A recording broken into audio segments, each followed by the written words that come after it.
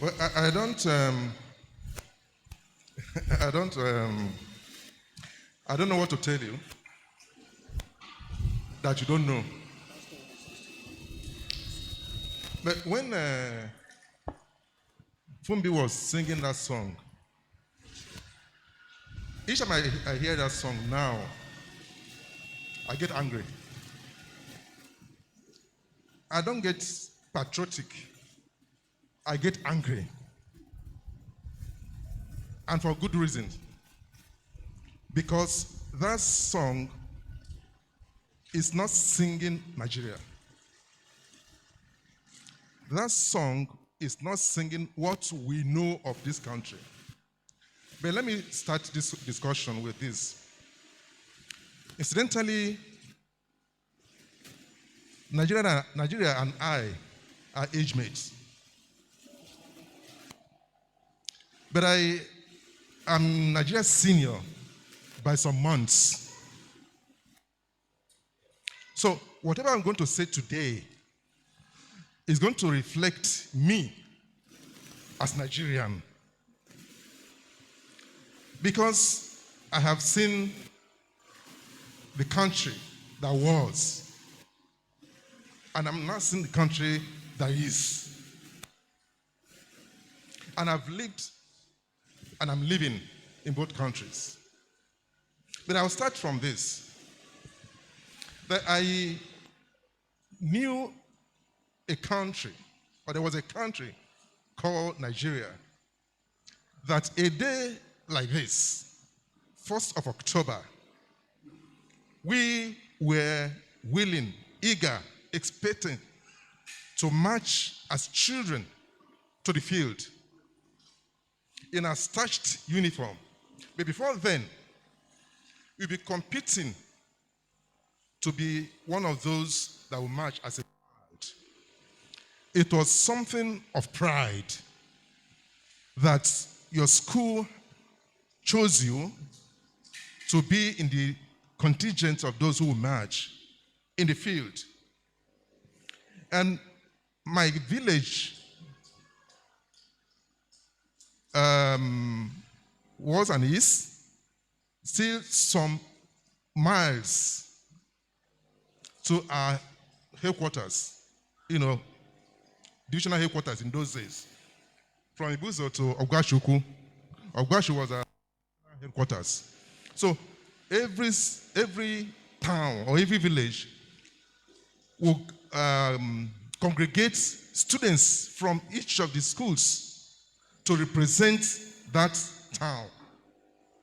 So it was something extraordinary as a child to represent your village in the headquarters. And you were carried in a vehicle to that place. So that was the country I knew. And that was a country I knew was where we would start school as a child, which was late and everything. No school fees, nothing. Your parents had no anxiety whatsoever on how to pay your school fees. Your parents had no anxiety whatsoever that you will be safe on the road going to school. Your parents will not have anxiety over you in any way. That was the country that was. And that was in the 60s and early 70s. I went to primary school free. I went to secondary school, it was free. I mean, government schools. I went to university, it was government. I had no choice. We had no choice because there were no private universities, private schools, secondary, primary. At least where I was coming from. And I know Lagos, they had only three then. They had only three private schools in Lagos at that time. So when we came to Lagos in the 70s, late 70s, life was still there. We had people that you look up to. We had responsible citizens you could look up to. Okay? Things were in order. In secondary school, I remember the first time I came to Lagos from Delta, been there in those days. I came on holiday. That was 1975. Yeah? 1975. I came on holiday. I was in secondary school. I came. I was saying no Shodi. Each time I came to Lagos from then, I had the opportunity of going to work. We call it vacation job. It was everywhere. It was just for you to come. The following day, maybe your uncle, your whatever will take you to the factory. You start work. Okay? So it was everywhere. Everyone was in charge of himself. That was the country. There was nothing like what we had then was maybe highway robbers, and that was very occasional. It was even a news that there was a highway robbery somewhere. We call them highway robbers, and they were not carrying guns. They were carrying guns. And they were not looking for people like you and I. They were looking for who carry trucks. Maybe they carry food or things. They just take food and go and run into their bush. Okay? That was that country. It was that country that in 1980, as young men in Lagos, boys in Lagos, how much is this? Huh? As young boys with certificates, accommodation, this is what a room was. This is what we were paying for. We were paying with 20 naira a room. So a year, you pay about 200 and something naira, 260 or so. Abi? That is that country I was talking about.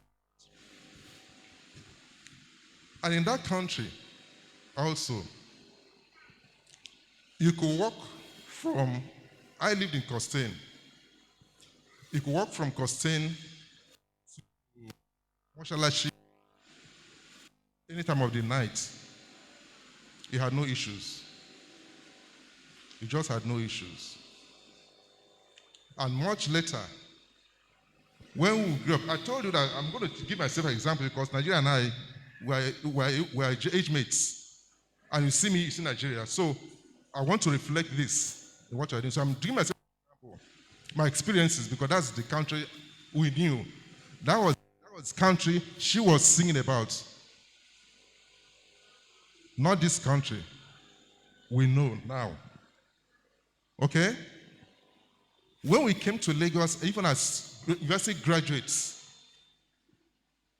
the country then was where things were working. I am a journalist, and that means I keep records. I will show you this. Once they told me about this, I was prepared.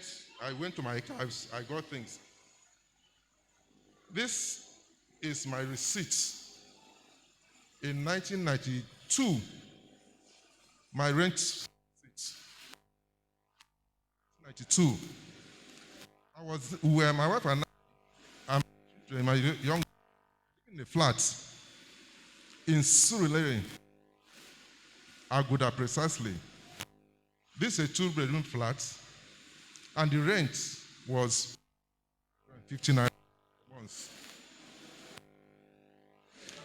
This is the receipt. 550 naira a month. That's 6,600 a year. For not a room, a flat. Praise the Lord. That was that country. This one, I was a staff writer in The Guardian then. Staff writer was the first middle management cadre. I had left reporter, I had left senior reporter, I was a staff writer. This is my payslip. What's my salary? 1,426 naira. That was my salary. And it did